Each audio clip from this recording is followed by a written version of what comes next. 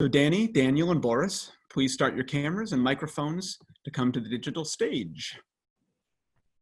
Here you all are.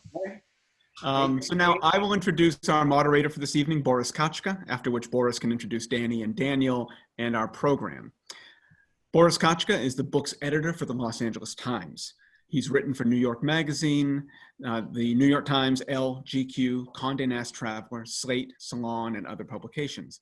He's the author of Hothouse, a cultural history of the publisher Farrar, Straus, and Giroux, as well as Becoming a Veterinarian, an entry in the Masters at Work series.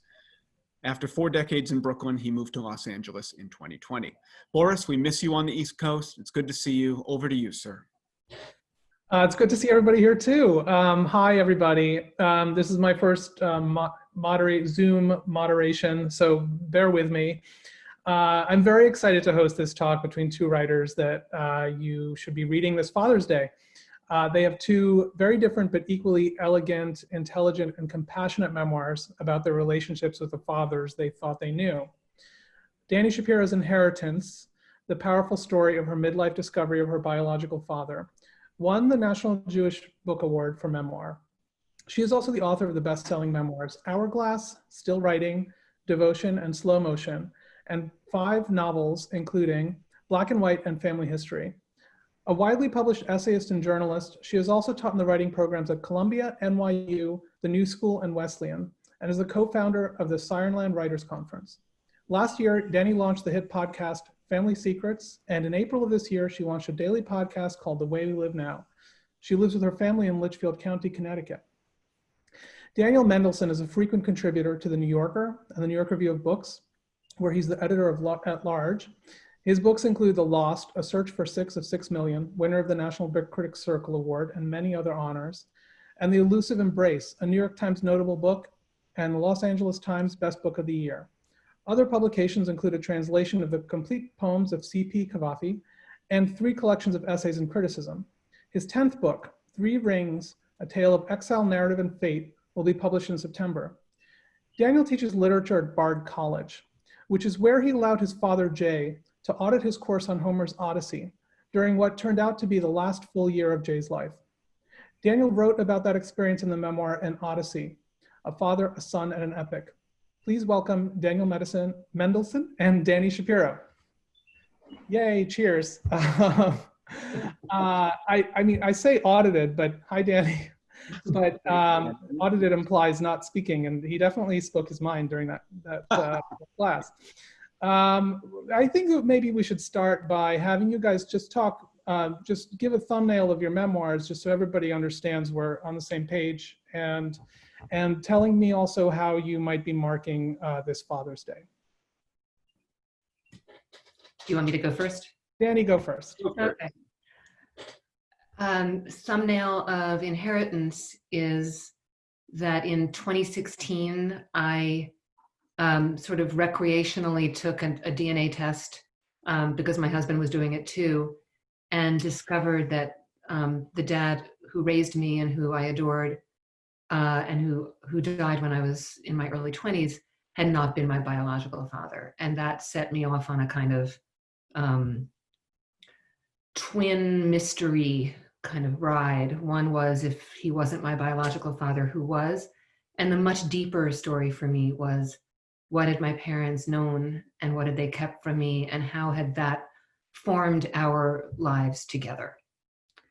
As for Father's Day, it's always, it's a bittersweet day. I've been here longer than the time that I actually spent on earth in life with my dad, and yet at the same time, I think of him every day, and I try to honor him in my work, and I try to honor him in my life, and he's a central inner figure for me. So I'm always aware on Father's Day of his absence and his presence, and at the same time, my husband's a father, and we're all quarantined together at home with our 21-year-old, so we'll be celebrating my husband in some way. Before I go to Daniel, so there is another biological father, Spoiler alert. Are you in touch with him on Father's Day, or in most days? That's so interesting, Boris. Like I hadn't even thought about that in that regard, because I don't think of my biological father as my father. I think that a couple of years ago, I might have sent him a note on Father's Day, but it felt peculiar. I'd be more inclined to write to him on a random, just on a random day, just as I do, just checking in and saying hi. Because he doesn't feel like my father, and he has his own children who he raised, who are his children. So I'm not even sure he would cross my mind on Father's Day, though he's someone that I do think about, but not, I think the people the people with whom we really have emotional ties are the people with whom we've shared life. And I shared life with my dad, and I have not shared life with my biological father, even though I like him a lot. You are both frozen for me, but I hope you can hear me. Daniel, would you answer? Yeah, sure. So my book, it's funny because I've done several events with Dani, hi Dani, in the past, and we always seem to overlap in the most interesting ways wherever we are on our career path. So, I mean, my book also, one could say, is about learning about a father in a different way, of course. My book is about, as Boris mentioned, I had this sort of odd, interesting, and slightly comical experience of having my father decide he wanted to take one of my undergraduate classes at Bard College.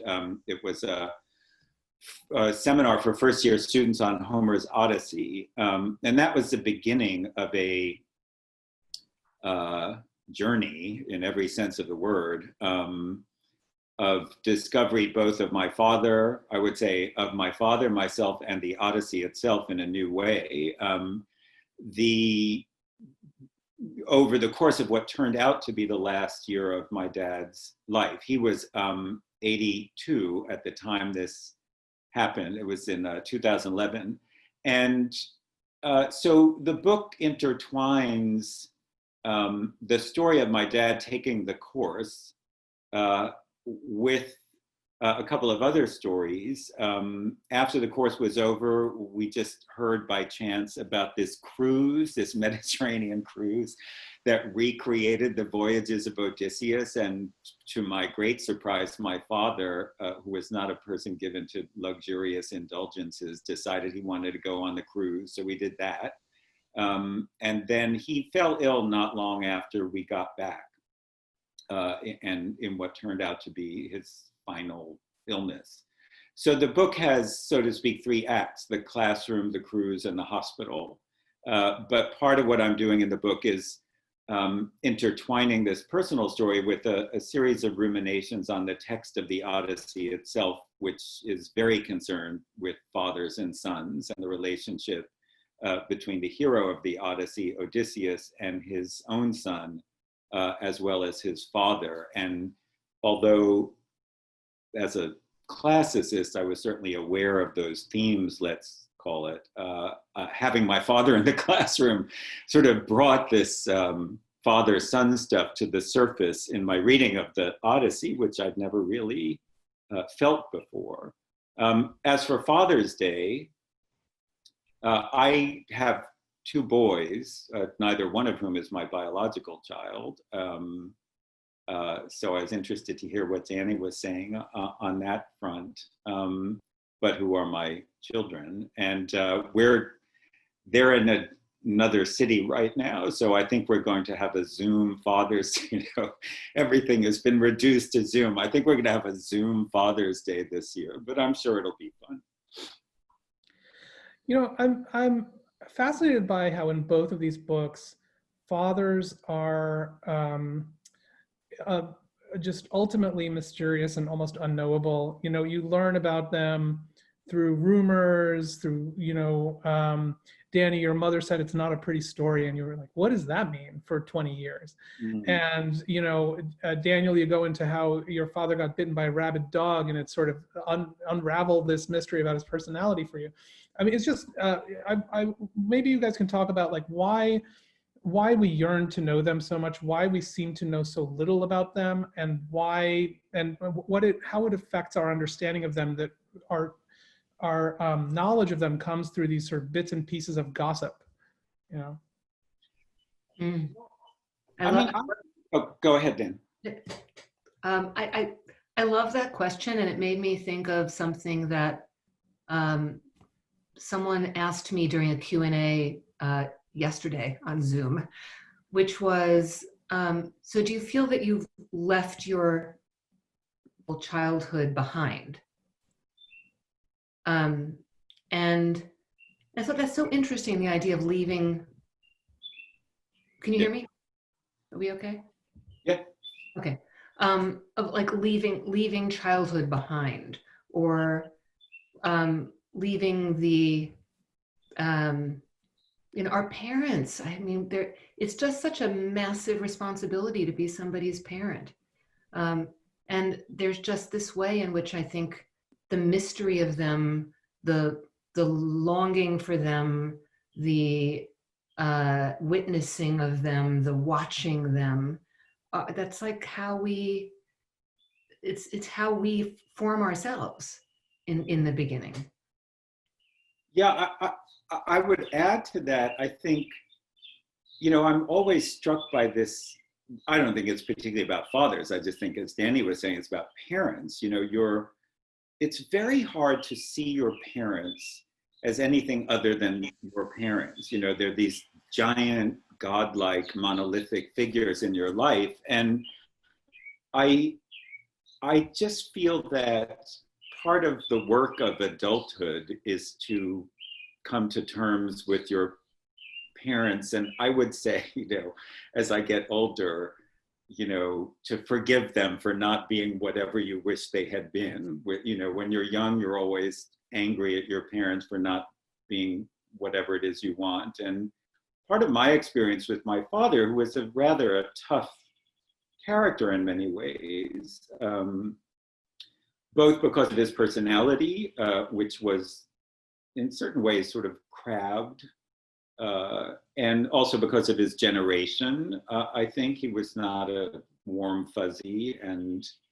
But part of the gift I was given by having this very peculiar experience with my father, of having him as a student and then being on this wacky cruise with him, is to see him for the first time as other people saw him. And that was shocking. And since I'm always trying to relate things to the Odyssey, so much of the Odyssey is about magical transformations, and people are rejuvenated and they're in disguise. And, I suddenly thought, who is this guy? I thought I knew him. And I think part of as I said, part of the work of adulthood is trying to grow into the person who can understand them. And, when my parents were married when they were 24 and 22, it's incredible to me. And, I'm sure they had no idea what they were doing. They were kids, basically. And now that I'm a parent and I have more experience, I can look into their lives at a certain angle and just forgive them, basically.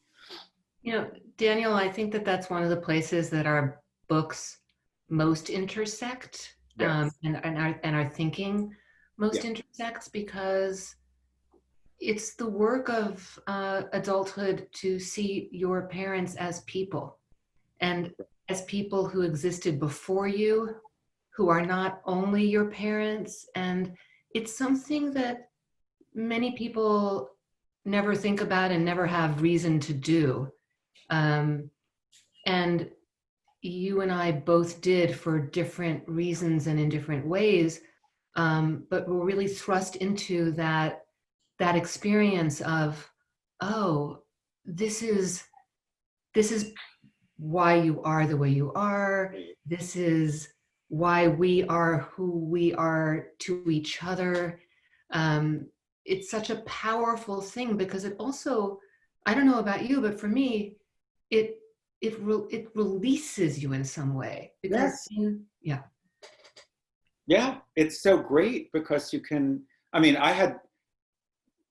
what you just said is so electrifying to me. You said something that, you know, at some point in my book, I say, you know, your parents always know you better than you can ever know them because they have a head start. You know, they have this life before you existed. It sounds like a funny thing to say because it's so obvious, but it always makes them mysterious. They know all of your life. Yeah. But you can't know all of their life. And that adds to this sort of mystery that I feel like you're always trying to unravel because you can never know them in the way they know you. I think also as writer, you know, it's incredibly rich. I'm thinking of what you were saying before, Dani, about being asked about leaving your childhood behind. I thought no writer does that because it's, you know, it's so rich in material. You know, you're always coming back to that that experience. Yeah, and you're coming back to it too as a way of re-remembering and re-understanding your own childhood self, because Right. I would take it a step further from even what you said in terms of the way that our parents have this advantage. They also have the advantage of knowing us before we knew ourselves. Yeah. You know, I mean, they can, I mean, I'm guilty. I mean, I did it yesterday. I told my son a story that he couldn't possibly remember, that is obviously from my point of view, but Right. you know, that happened in his life from when maybe he was 3 or 4. Right. Our parents do that as well. So we haven't had access to the mystery of who they were before us, and we don't have access to the mystery of ourselves. Yeah. Yeah. That they have an intimacy with, that no one else, no one we marry, no partner, no one will ever have that. Is there also something that as adults blocks you from fully understanding who they are? Because both of you, you know, maybe this is just peculiar to both of your stories, but both of you found out a lot about your fathers after they were gone. Maybe Daniel a little bit less, but you learned some key information. And I feel like in both of the books, there are these revelations about that they're more complicated people than you thought they were, even when you were adults. Is there something about hearing from other people who were not brought up by them that lets you have that wider perspective, that objectivity? Yeah, I think that's a great question because I think it is all about perspective. I mean, to go back to something, you know, Dani was saying before about it's about self-knowledge as well as other knowledge, you know, but this question of perspective is so interesting, I think, just emotionally and also, as it were, literarily, you know, if you're trying to make sense of it as a writer. It's very hard, as I was saying before, to see your parents as who they are outside of their parenthood. And it's almost impossible, I would say, you know, and that complicates the act of trying to come to terms with them. You know, I always joke whenever I go home, my mother is still alive. She's 89 and in fine form. And, you know, I go home to Long Island. I always say it's always 1977 in that house, you know. And I find myself reverting, you know, it's almost impossible. So I think actually it's a kind of gift when you can triangulate through someone else's view of them. You know, like I was on this cruise. My father was a scientist and he didn't care about clothes and he didn't like parties and, you know, he always wore a hooded sweatshirt. And I'm on this cruise and people kept coming up to me and saying, "Oh, your father is so charming." And I was like, "What? You know, who are you talking about?" And I thought, this is so amazing because you're so stuck in your way of thinking about, you know, I thought of my father as this grumpy guy in a hooded sweatshirt. And other people clearly didn't. So I think you almost need that triangulation of perspective. Otherwise, it's 1977. Right, or the witness, Yeah. the person who is, you know, who's not you and is not closely related to you and has no skin in the game, but is sharing with you their perspective on this person who you have a completely different perspective of. Yeah. Yeah. I mean, I wrote a piece for the New Yorker a long time ago about my father that now deserves to be annotated. But that was about what I thought was the secret. The piece is called The Secret Wife, and it was about this marriage that he had that I hadn't known about to a woman who passed away. It's a really, really moving and tragic story. And in order to write that piece, I needed to, and you know exactly what this is like, Daniel. I mean, I needed to write a piece where the principals were dead and was going to pass muster with New Yorker fact checkers, where every single, you know, what she wore, what the weather was like, what they said to each other, like everything had to actually add up. It was one of the most intense things I've ever done. And it was such a gift because I was able to sit with people in their 80s, people I wouldn't have had much more of a chance to be able to have, you know, this conversation with, and writing the piece gave me the courage to do it. You know, I wanted to know, and therefore I wrote the piece, not the other way around. And I would be sitting with people who were sharing their memories of him with me, and filling in, you know, just like a color by numbers, like suddenly there was blue. Suddenly I just had more of a sense and more of a perspective on him. And those moments, especially because I lost him when I was young, are so valuable to me and so rich. There's something else going on too. It occurs to me as I listen to you, Dani, which is, and this again is sort of Odyssean, you know, this question of identity, who someone really is. And the fact is, you aren't the same person with every person in your life. You know, you are different as a parent than you are as a child. You're different as a lover from what you are as a friend. So, you know, here we are, we're desperate to sort of get the picture of who they are, this sort of crazy quest. And there is no answer to that because they are, it goes back to what we were saying before about how the child perceives the parent.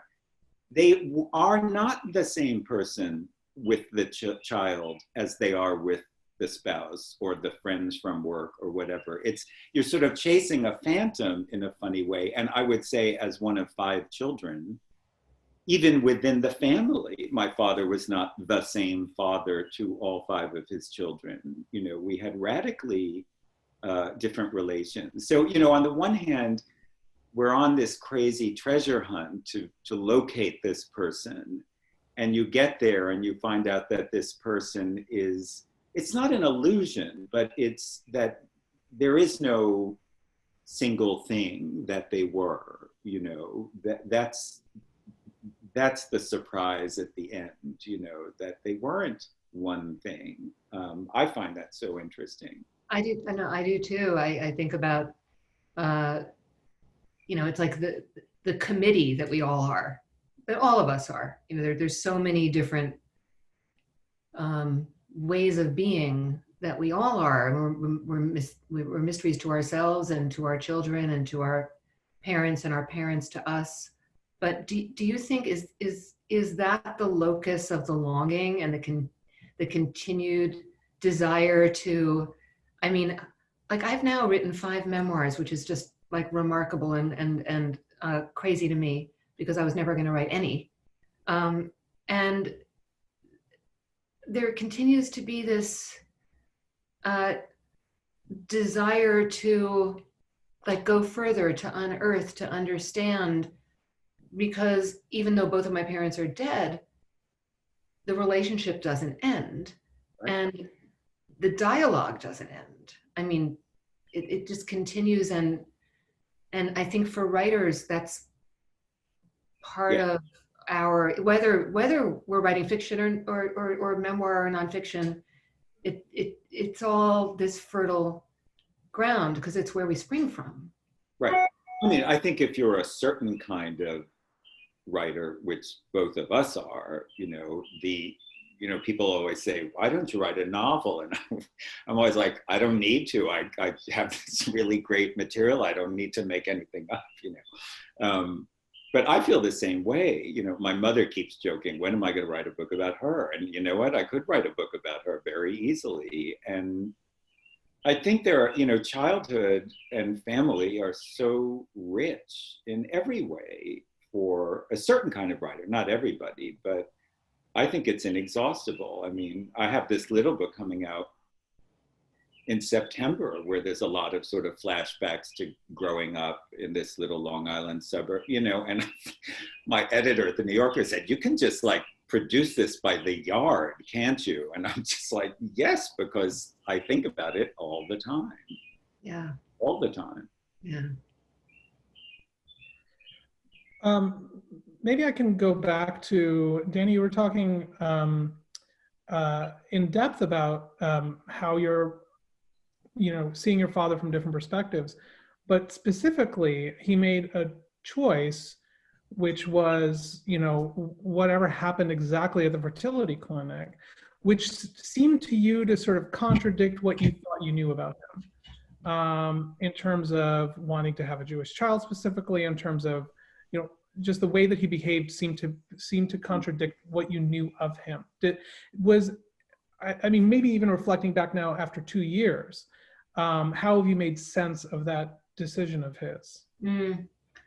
That's such a great question, Boris. And I've thought so much about that because my initial feeling was, especially after making my discovery and then reading up on what, my father was an Orthodox Jew, and reading up on what the halacha, or body of Jewish law would have had to say about donor insemination, I entered this mystery from the very sort of black and white perspective of, no, there's no way that he would have done that because he followed this rule book, and this rule book says that this procedure, and this was a very, very painful thing for me to read, was an abomination. That was the word that was in there. When I first saw that, I think I spent like 3 days in shock. And I thought, well, he never would have done that. And then over the course of the research that I did and the conversations that I had, one of the things that I found fascinating was that the most religious people that I consulted and interviewed, so an Orthodox rabbi in New York who was a friend of the family, my Aunt Shirley, who one of the greatest pleasures of my life is how many people I've introduced her to, who is a devoutly religious person. In each case, there came a moment in those conversations where both of them were like throwing away the rule book, like just wouldn't get on the same page as me with the idea that, oh, my father never knew and that he wouldn't have known. Both of them had the perspective that he knew and that he believed that he was performing a mitzvah, which means a good deed, that he was completely on board.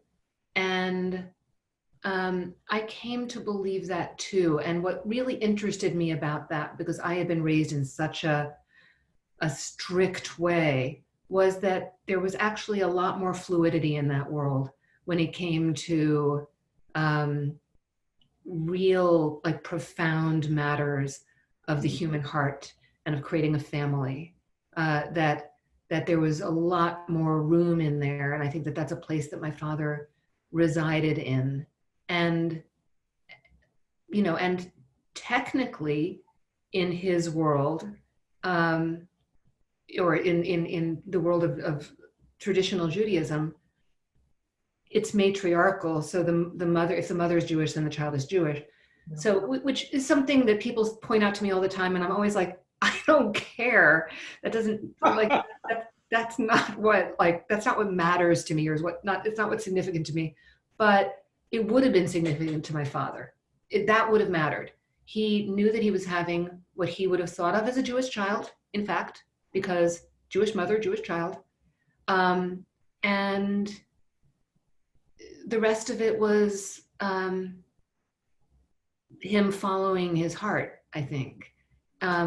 So I think the way that he raised me, it must have been strange for him, because I was this little, very, very non-Jewish looking little child who was being raised in this very, very observant way.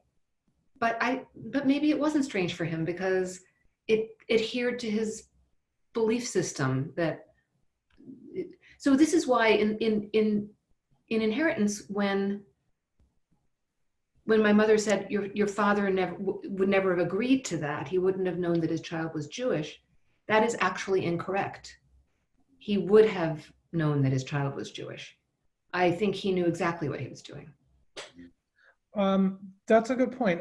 Daniel, I was also thinking of the way, perhaps a little less dramatically, but that your father, it seems as though he is setting himself up, or you are setting him up as on the other side of a dichotomy between sort of science and storytelling, fact and fiction.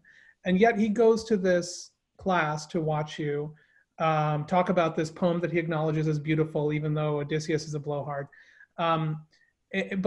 But there is always this idea that he has less respect for people who sort of try to tell stories or finagle their way out of things. And I wonder if part of sort of unraveling him auditing your class is trying to bridge that gap with him, or sort of, I don't know, earn his respect for storytelling, and seeing him behave differently on the cruise and being charming and being that kind of raconteur is part of that process of understanding him as a fuller person. I don't know. Yeah, well, I mean, it's almost hard for me to remember at this point that, this thing really happened. And that I did, when he asked me to be in my class, I had no ideas about what would happen, what it would mean, what the agenda was. I just thought it was kind of funny. And in fact, I called my editor at the New Yorker when he first called me that night and said, could he sit in on my class? And I said, I think I'm going to have a really funny personal essay for you at the end of the semester. So there was no, it turned into what you are describing, which is a sort of an attempt by both of us to reach out, by each of us to reach out to the other. I don't think consciously, but what was odd about this experience is because my father had a very forceful intellect and was very combative. You never wanted to be in an argument with my father. And I know my sister is in the audience and she can send a message to everybody confirming that. He was like a dog with a bone. But it was odd for me because we were on my turf. We were in my classroom talking about my literature, and I thought that would give me an advantage, and it didn't. I suddenly started thinking about my turf from his perspective, because he was so cantankerous in class discussions. And so it was about a meeting of minds, but in an unexpected way that, as you know from reading the book, actually helped me read the Odyssey, which I was so used to thinking about, and I had taught it a million times, and sort of having to keep push back to his cantankerous questions and complaints about the text and all of that. It sort of forced me to be a better reader of the poem, but it also, I think we each became better readers of each other. And I think that's what the book is about to some extent. But I have to emphasize, I didn't know this was going to happen. This stuff just happened. But that to me is what it's about, that kind of, impact against another personality, one I thought I knew, had a very profound kind of rippling out effect in so many. Not only did he turn out to be a different kind of person than I had imagined in many ways, but the Odyssey turned out to be different than I had gotten used to imagining it. I think you had asked me in an email, and this is connected, so I'm gonna talk about it. You had asked me, is it ever really clear why he took the class? And one of my students said this to me after he died, and I was incredibly moved by this. I got emails from all the kids who had been in this class when they learned that he had died about a year after. And he said, you know, I loved having your father in the class, blah, blah, blah. He said, I think he must have taken the class because he wanted to get to know you better. And I thought it never occurred to me, actually.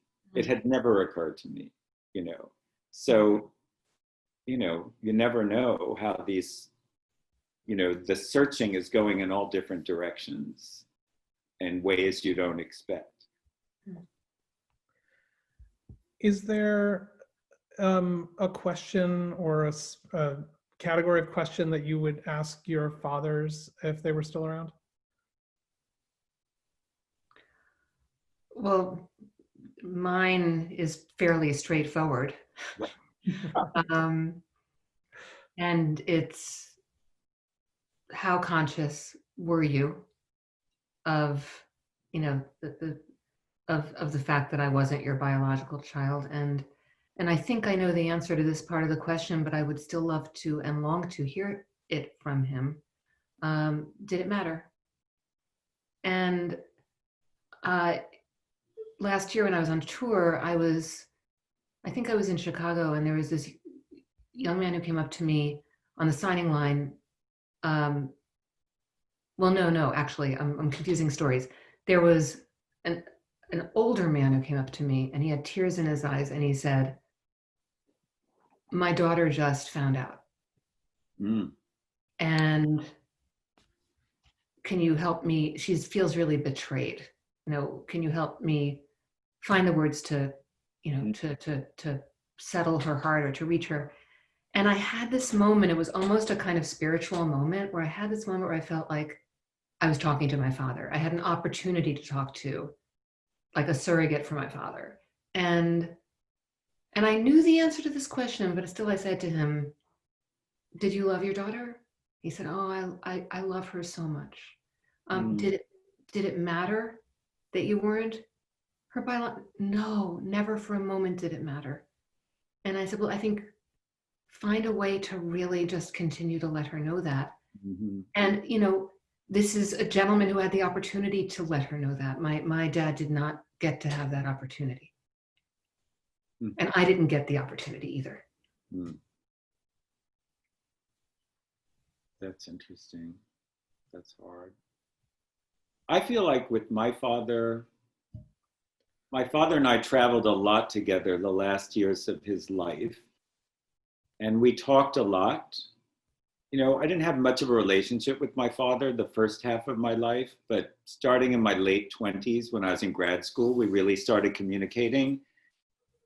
And certainly by the time I was in my 40s and he was in his 70s, you know, he had always wanted to travel, and he didn't for one reason or another. And I started taking him with me place when I was going to a book festival, or, you know, we went to Paris, we went to Jerusalem, we went to Cape Town, you know, and we had a lot of long flights together. And I, emboldened by 25 years of therapy, started just asking him the questions that, you know, my therapist always used to say, you know, you can just ask him.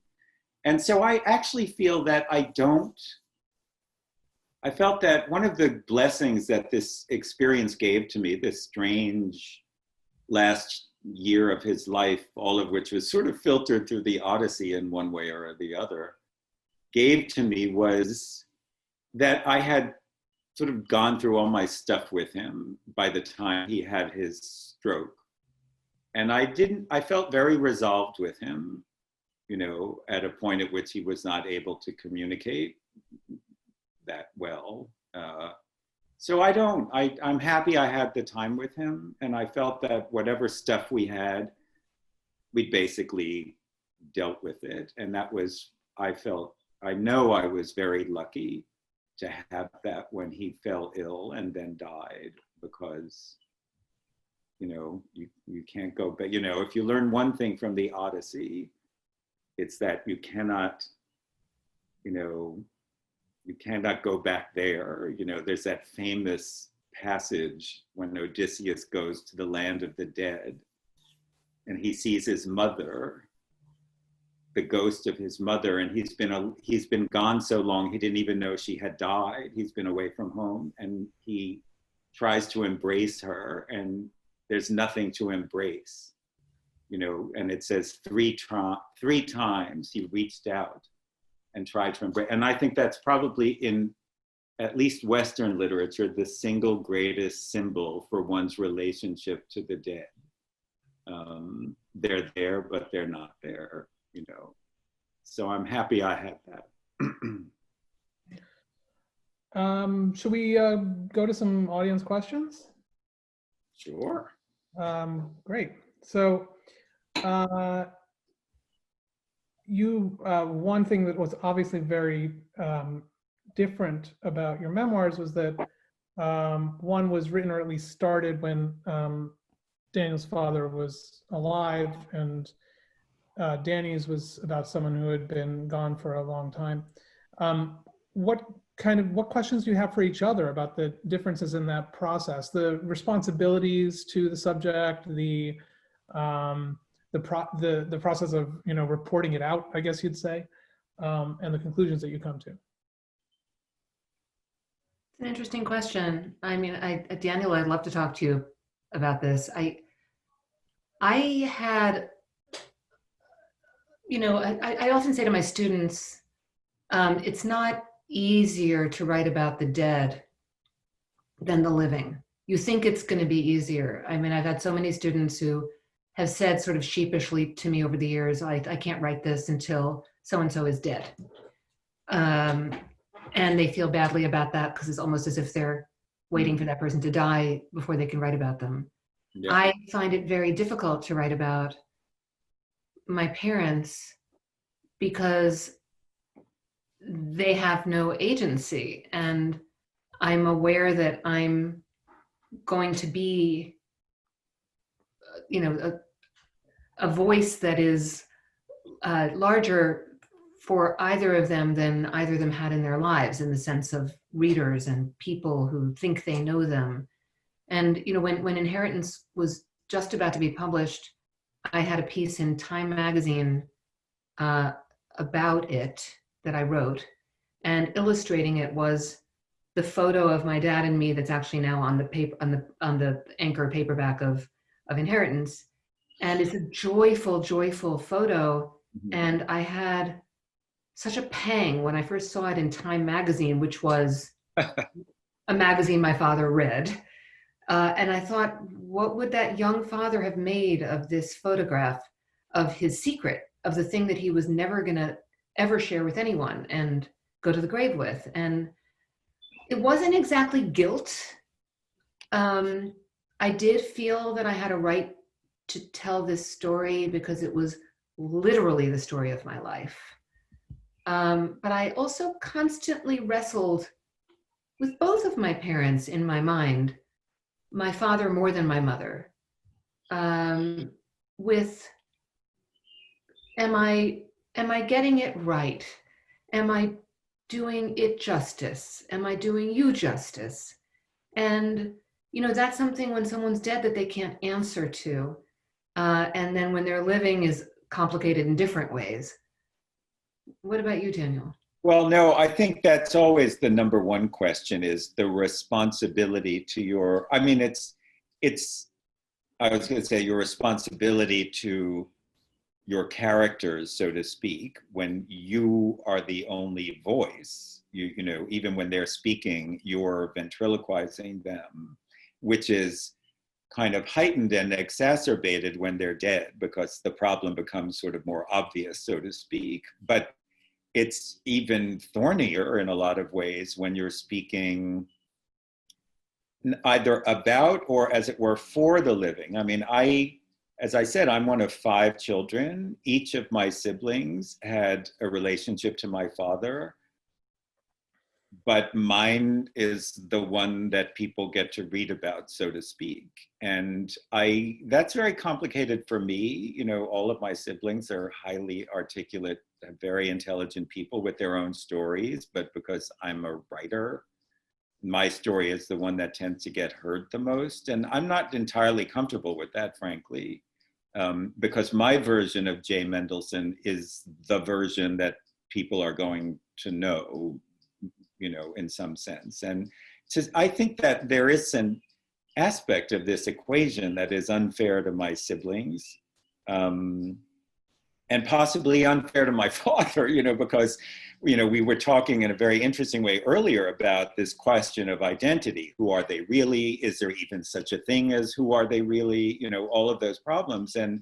But at the end of the day, there's a book, and people read the book and they say, oh, that's who that man was. And in a funny way, the whole point of the book, you know, is who is that man? Yeah. In a funny way. So I think that's always the thorniest part of memoir in general, you know, is the fact that it inevitably pulls other people into the gravitational force of the narrative, and they may not want to be there. Or the version of them that, even if it's lovely and nice, may not be how they see themselves. You know, I remember when I first started writing and publishing in magazines, and, you know, I used to, and it's not about memoir in particular, but I used to joke that, you know, whatever you say about somebody, you could say, oh, she's a cross between, you know, the Virgin Mary and Elizabeth I and Sarah Bernhardt and Eleanor Roosevelt, and they would call you up in a rage and say, you left out Greta Garbo, you know. So, you know, how this again goes in such an interesting way to the question of perspective, right? No one, it's like listening to your voice on the answering machine. It's always shocking. You know, no one thinks that they look or sound the way that other people look at them and hear them, you know. So that's a big, I think it's an ethical question. And I think it's thorny and possibly unsolvable. Well, unsolvable, I think, is like kind of the perfect word.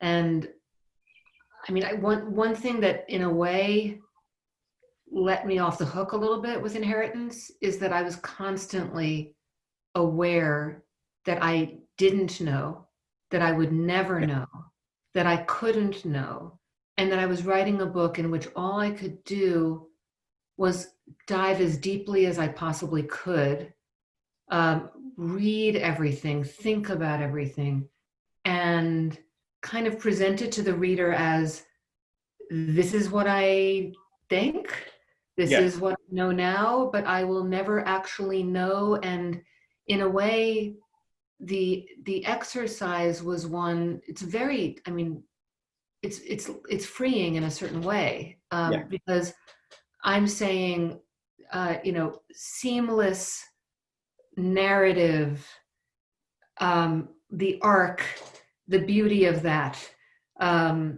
is has its problems. Yeah. Yeah.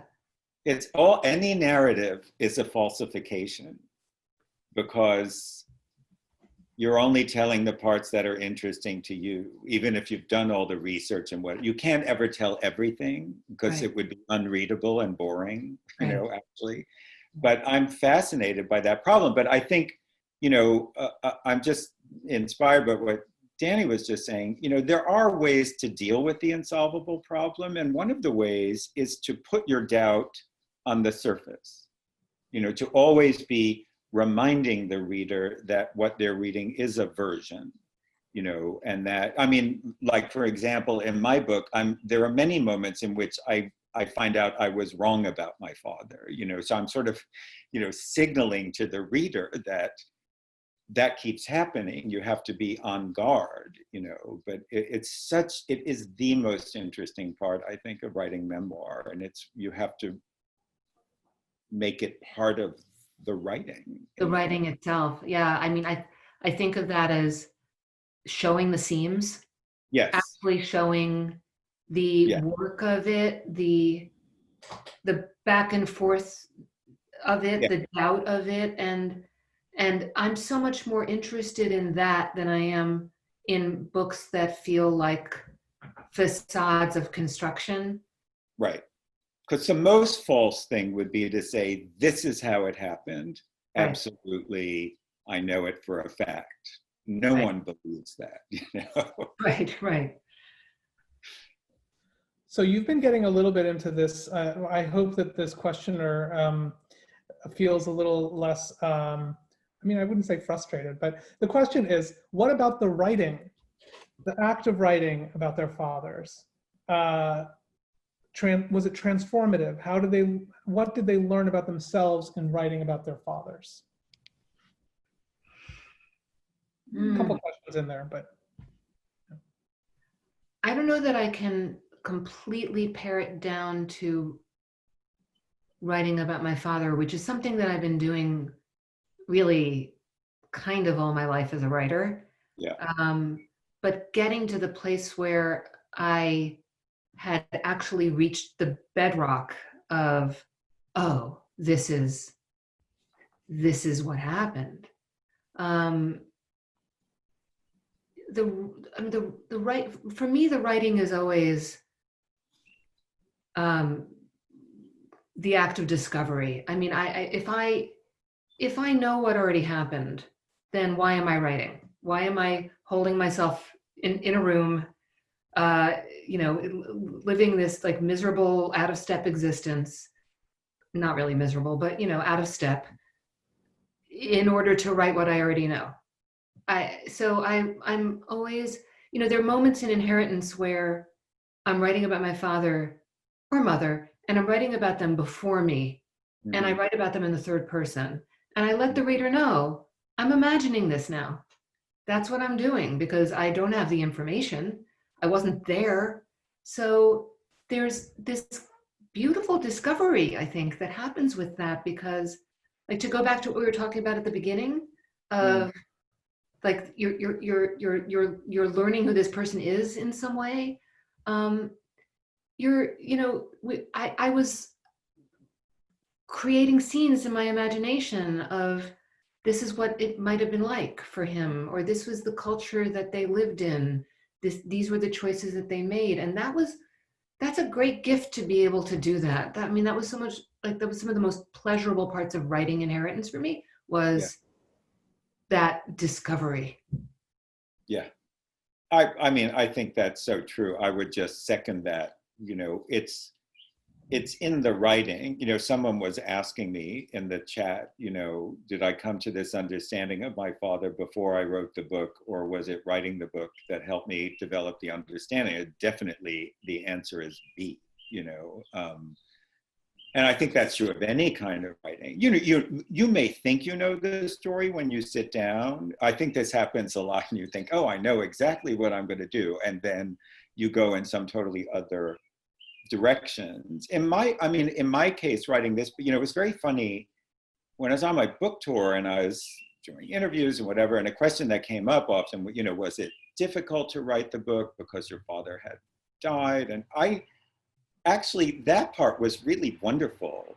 It was like a nice haunting, I felt like he was there with me all the time. And in fact, I hated to stop writing to take breaks or go teach my class or whatever, because I couldn't get back to my study, which coincidentally was the room he would sleep in when he came to take my class every week.